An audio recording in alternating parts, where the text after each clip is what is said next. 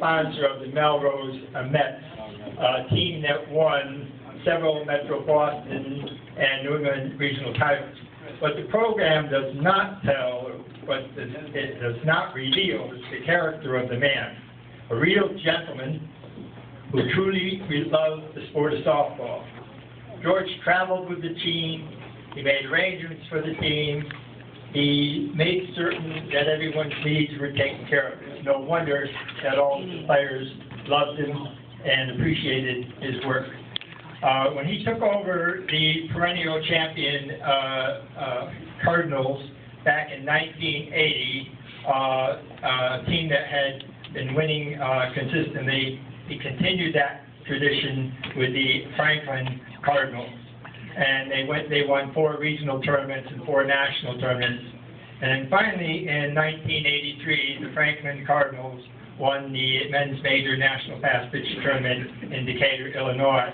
And the most valuable player in that tournament is with us tonight, John Anquilleri. John, would you please stand up?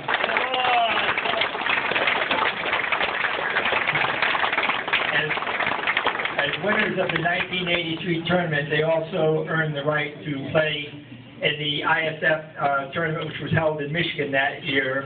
And they came in third, winning against New Zealand, and they came in third place.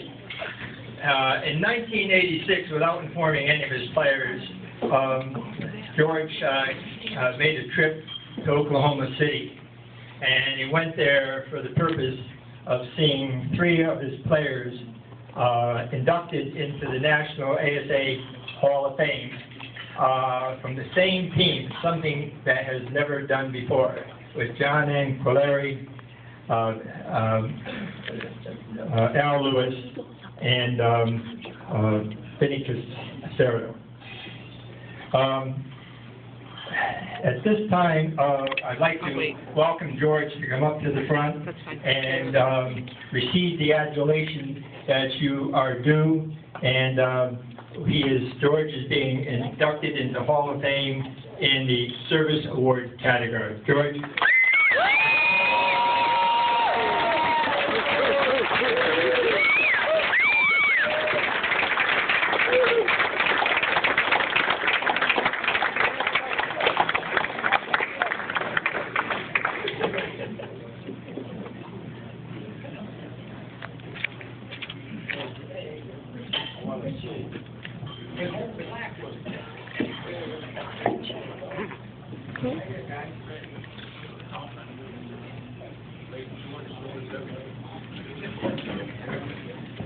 First of all, I'd like to thank Ed Austin and Rich and the entire committee for electing me into the Hall of Fame. I'd also like to thank Al Yeager, one of my players and coaches, who submitted my name for nomination, and 3 of my players, Vinny Caserto, Charlie Henry, Skip Carino, the letters of recommendation. I thank you guys. You're the reason that I'm here. Along with Bobby Quinn, Ronnie French, Charlie, Skipper, all these guys are the reason that we had a tremendous team that I inherited. I'm honored to be here with the other guests. Very honored to be inducted with Bobby Velke, who played for me. Tremendous player, passed away. Mrs. Velke and the Velke family, congratulations.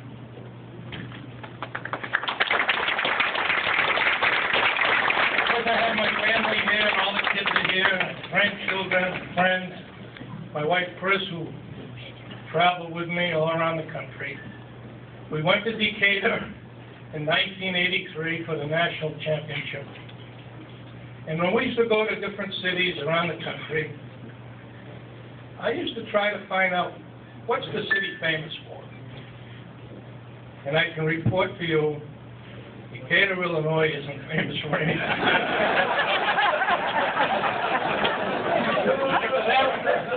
Soybeans. It's the soybean capital of the world. And the sponsor of the team, ADM, is the world's largest processor of soybeans. So I learned a lot about soybeans. And I learned if you eat too many of them, you can get a little stonado after a while. So, the way the national tournament goes, they invite you for breakfast on Friday morning, the first day of the tournament. 3 teams are going to play. And we're going to be there for 8 more days. So I was interviewed by the press, Johnny too, and I told the press, we came here to win. I know I have to beat Decatur, the number 1 ranked team in the country. I want them Friday night. How am I going to get them Friday night?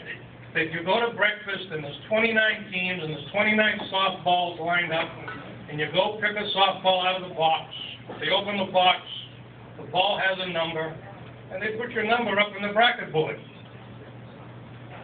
So they finally called me. I get the ball, the guy opens it up. Game number 2. That meant Friday night. There's only 3 games. So Decatur gets their turn. Game number 2.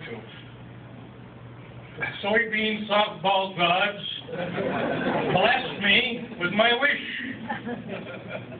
So we played Friday night. We shut them out. All you tournament directors, what did I do? For those tournament directors, what did I do in their parade? Friday night, we put the number 1 ranked team in the country in the losers bracket. Good for them. We played all week. We won the winners bracket. Decatur won 11 games in a row. I got to play them again. I wasn't waiting for 2 games against Decatur. Anyways, championship game, Saturday night. I got no losses, they got 1. They murdered us. We took the biggest beating we ever took, ever. All right, you get the right to play them again.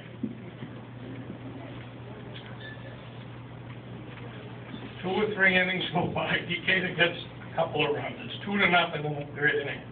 I can't take it anymore. Take my wife, so let's go. We went for a walk. I went around, there's 10 or 15,000 people there. I walked all around behind everybody, behind all the bleachers, peeking up, and these guys don't know it, but I wasn't watching the game. Looking on the elbows, listening to that PA announcer. Finally, our 5th inning comes. We're down 2-0 in the 5th inning. Fast pitch softball, everybody knows. 1 or 2 runs is enough. Usually. Sometimes I thought, Jesus, where is this softball god that helped me play Decatur Friday night? And all of a sudden, I heard him. Ladies and gentlemen, boys and girls, tomorrow morning at 10 o'clock is Decatur Pride Day. Come on out and congratulate the Decatur team, blah, blah, blah, blah, blah, blah. 10 milliseconds later, we tied the game, 2-2. We had the bases loaded, with 1 out.